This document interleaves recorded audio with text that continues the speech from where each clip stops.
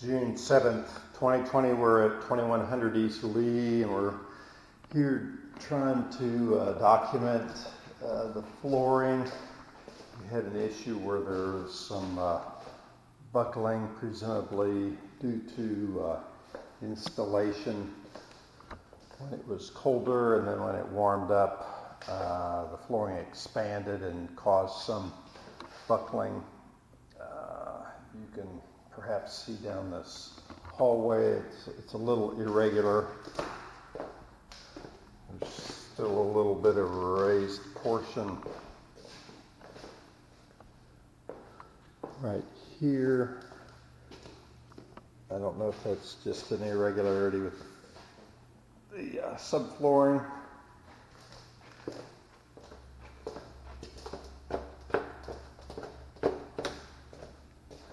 We did have some water damage parts in here that have been fixed, replaced. They look good. Overall, I think it's acceptable.